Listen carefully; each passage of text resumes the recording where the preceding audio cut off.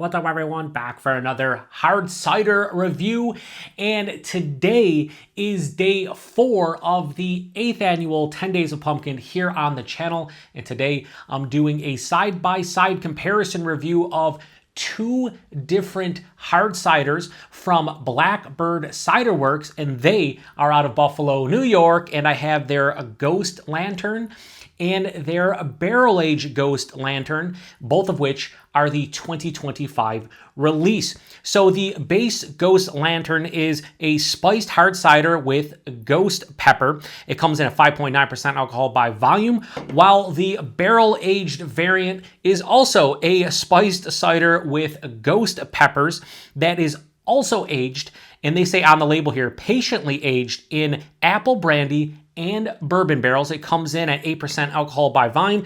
And at the time of review, I don't know exactly how old either of these ciders are, but they're relatively fresh because they come out in the fall, and I'm reviewing this one in the middle of fall, so we should be fine. I do believe this Ghost Lantern base is probably no older than like 2 months old. The barrel aged version a bit fresher because this just showed up about a week ago, so I'd say no older than 2 weeks old, but regardless, we should be fine.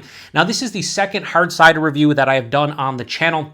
The first one was last December in 2024. I reviewed Blackbird's Christmas cider, a cider that I've had numerous times before. Really good cider.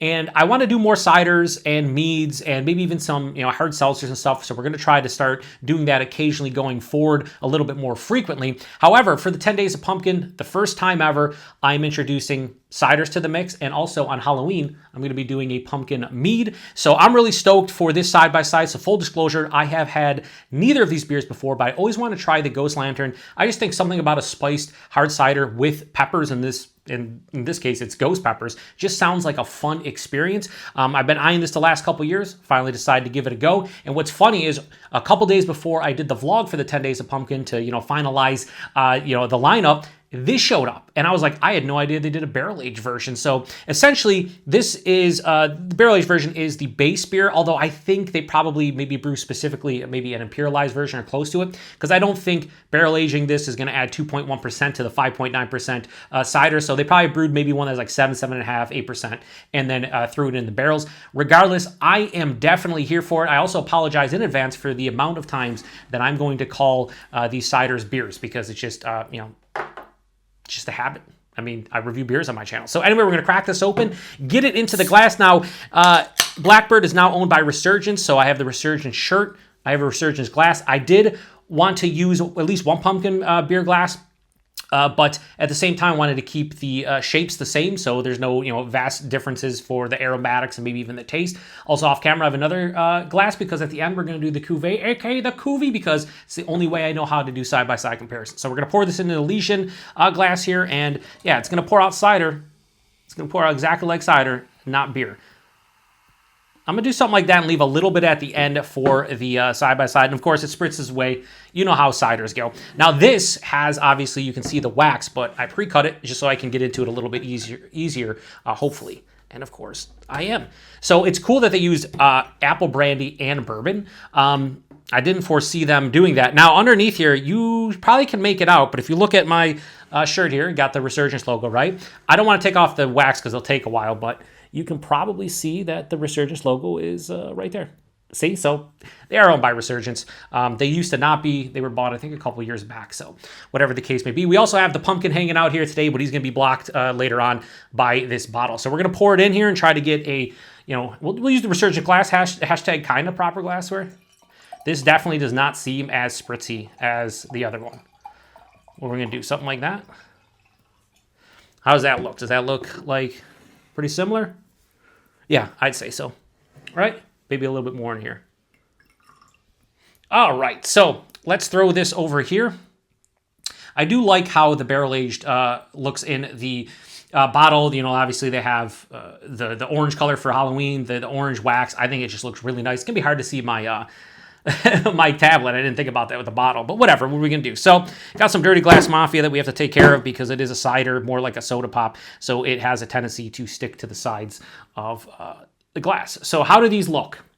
Well, you can tell right from the rip that the non-barrel aged version is definitely a lot lighter.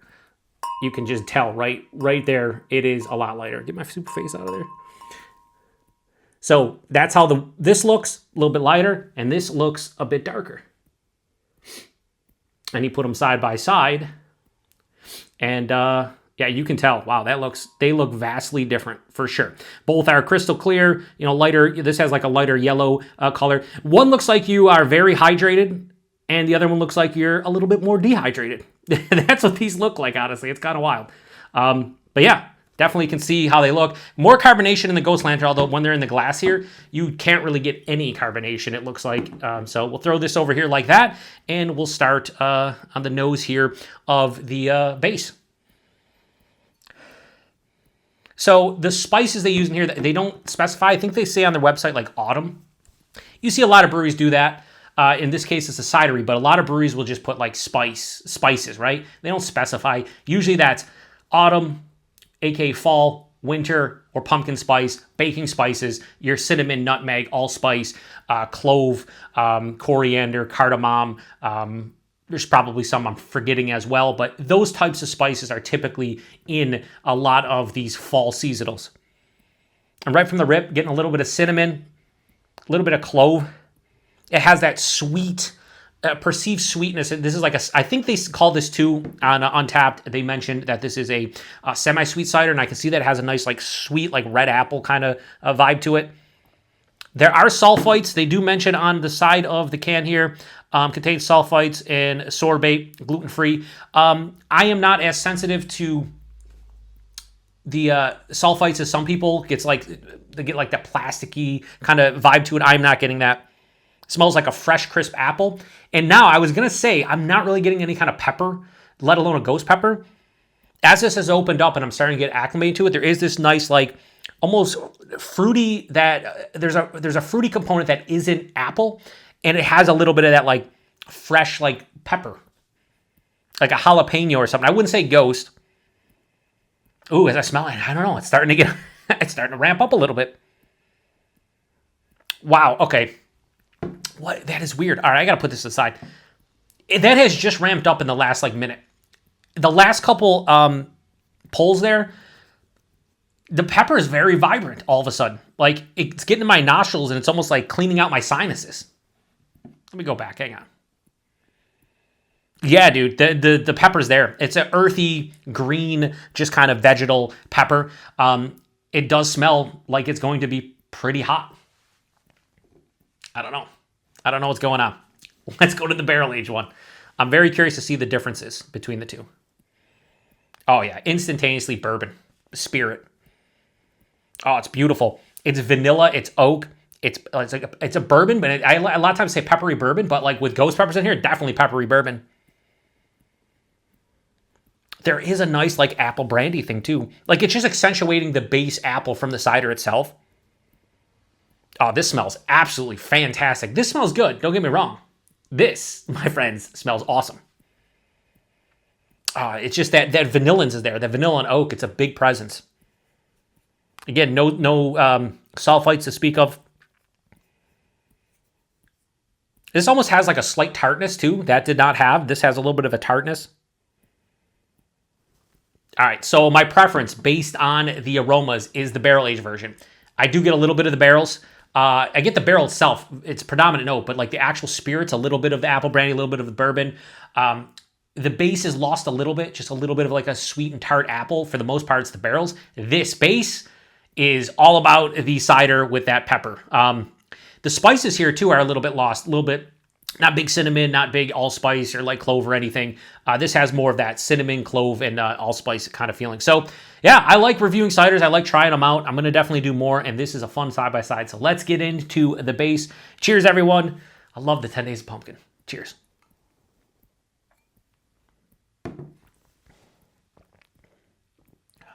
Oh my God, instantaneous. That's real good. That's real good. BlackBird makes some good ciders. Their winter cider, the Christmas cider that I reviewed, is awesome. I've had a couple of their other regular ones. I think, do they do a Loganberry one? I think they do a Loganberry one. There's a couple different Loganberry ones. That one's really good. This is just a nice, semi-sweet, more leaning towards sweet cider with a kick of ghost pepper, and then like an accentuation of like cinnamon, clove, and like allspice for me.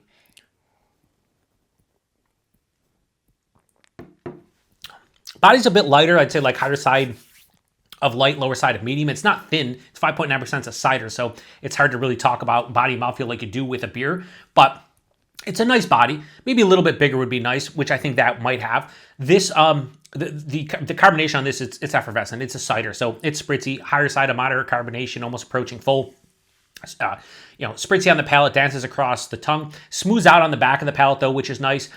So very crisp beer. There, see how many times? Very crisp cider. You want your ciders to be crisp. At least I do. There are some like still ciders and some like lightly carbonated ciders. I like mine to have good carbonation because it reminds me of drinking like a fermented apple like soda pop.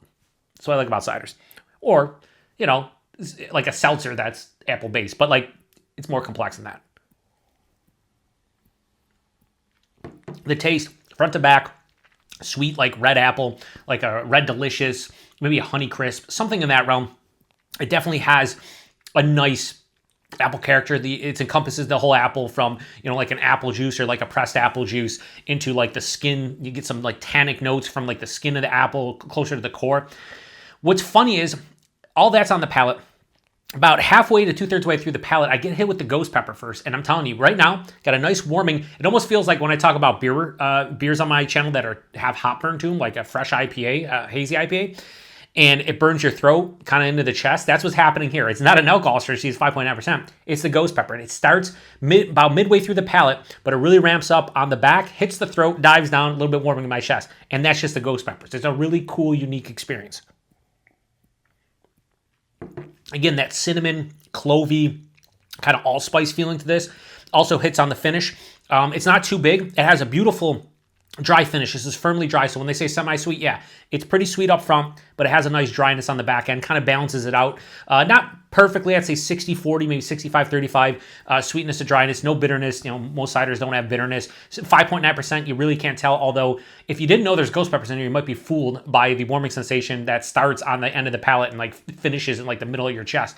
There is this nice fruity component too that might be coming from the ghost peppers. I'm getting this slight like vegetal, like fruit, like a mango or something. I know ghost pepper and habanero and stuff can produce citrus and stone fruit like in the taste.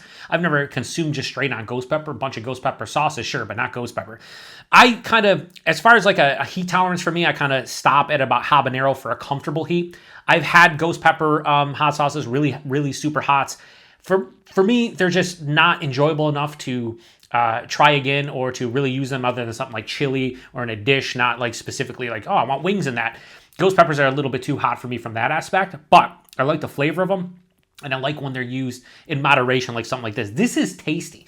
Like I didn't know what to expect, but that is tasty. We'll come back and rate it, but I think as a cider, a hard cider goes, this is pretty good. They didn't go overboard with the ghost pepper. You get the accentuation of the spices, but the base cider is here, and that's kind of what I want and expect out of something like that. Cleanse the palate, because now we're going in for the barrel aged version. So, cheers, everyone.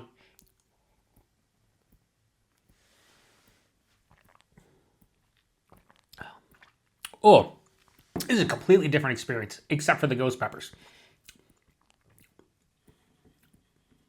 Let me go back in.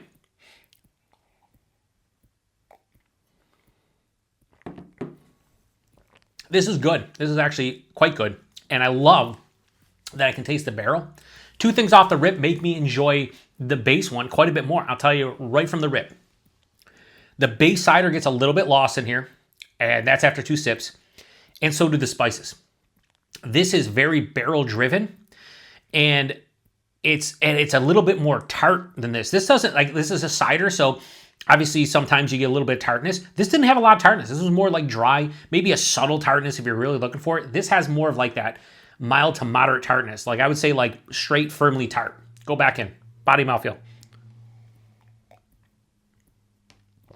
Buying this one is actually about the same, despite being 8%. Maybe the barrel thinned it out. This is like lower side of medium. That's why I put both of them.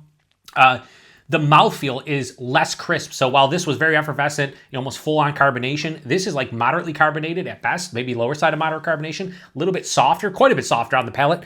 It makes for a more of a smooth and slightly creamy sensation. So if you're somebody who likes carbonated ciders to be like real in your face, this one is a little bit more still in that regard. I really do enjoy the taste. This is a different one because I try to separate myself from reviewing beer to cider outside like the body and mouthfeel and how I kind of attack it on the palate. This has an omnipresent barrel-aged kick to it. It's definite bourbon, like I could get that 100%. But then there's some of that apple brandy, and maybe that's leading a little bit to the tartness. It definitely has almost more of like a green apple vibe in here than a red apple, like a combination. If you have a Granny Smith apple and say like a Red Delicious or a Honey Crisp and you had both of them, this has a little bit more of that type of apple kind of characteristic. But yeah, front to back bourbon. So it has that peppery bourbon. It's a little bit spicy. The apple brandy, the spirit's kind of sweet. There's caramel and there's like toffee and definitely woody notes. There's big oak and vanilla like I was getting in the nose. That hits on the finish. There's this underlying cider vibe to it for sure, but the spices aren't as pronounced as the base. And again, the base cider gets kind of lost. It's not as complex. It's not as bombastic. Shout out to Paul over at Paper News. It's not as big on the palate as the base. I would have loved if it was just the base beer, but with like an accentuation of the barrel. I think the barrel dominates a little bit too much for me to absolutely go nuts about this one. But it is quite tasty as a beverage goes.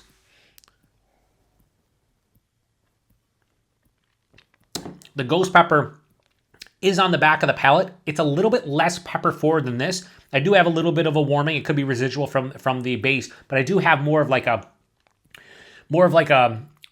slight kind of warming into the throat, into the chest. 8%, maybe that's mixing in with that pepper. I don't really taste any like astringency booze-wise. Like when I took that first sip, I was like, all right, this is barrel-aged. You could tell it was barrel-aged. You're probably thinking it's a little bit bigger ABV-wise, but it's not astringent on the palate. It's not boozy per se. It's just kind of noticeable, and I'm okay with that. One more sip.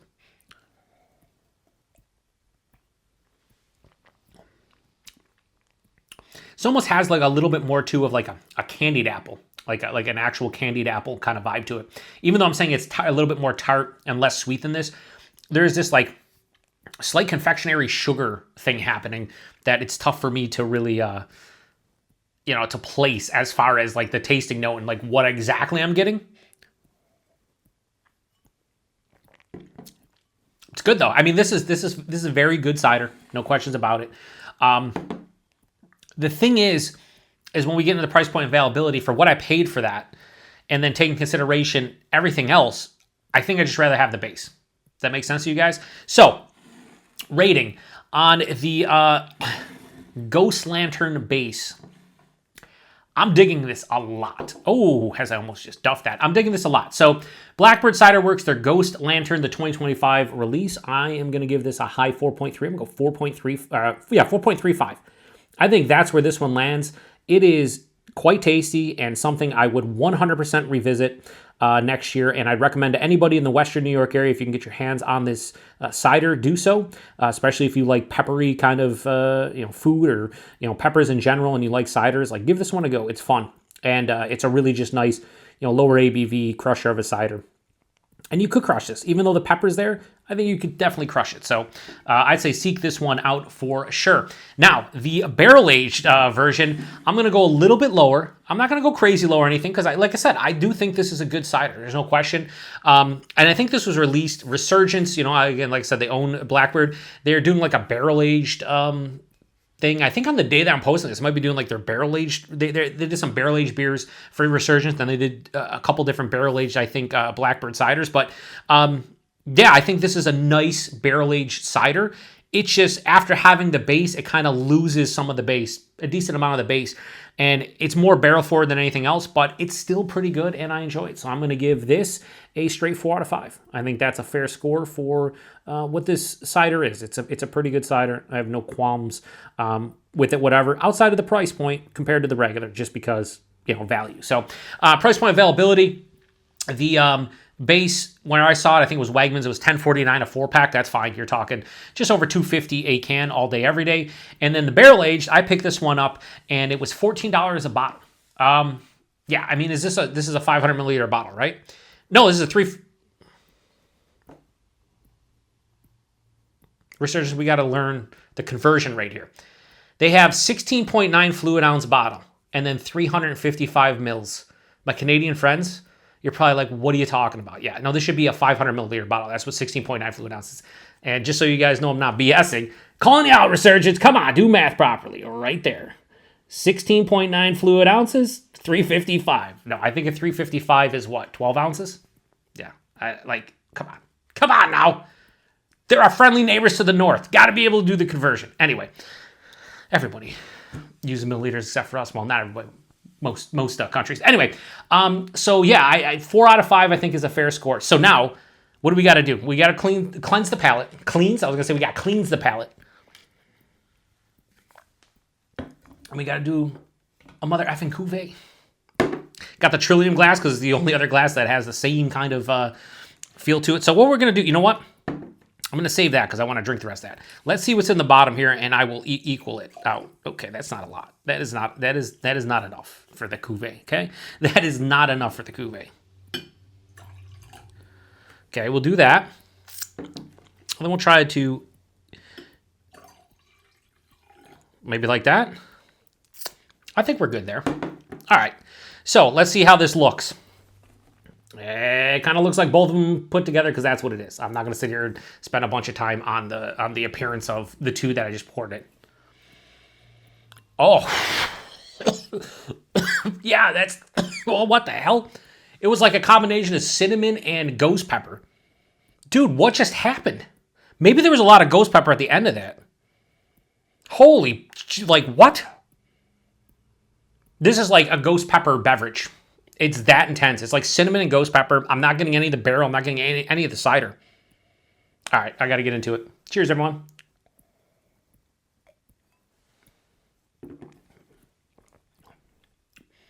Why was the nose so intense with it? I mean, because this... Wow. What?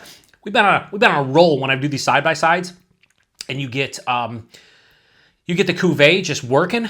It's been happening recently. This is fucking delicious.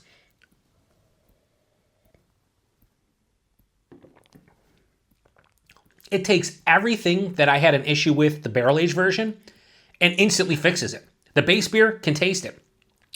It's not as... The spices, I can taste them. The barrel aging, I can still taste it. This is everything I wish this beer was. Twice. Cider. Maybe I said it like 3 or 4 times. I don't know. I just caught that one.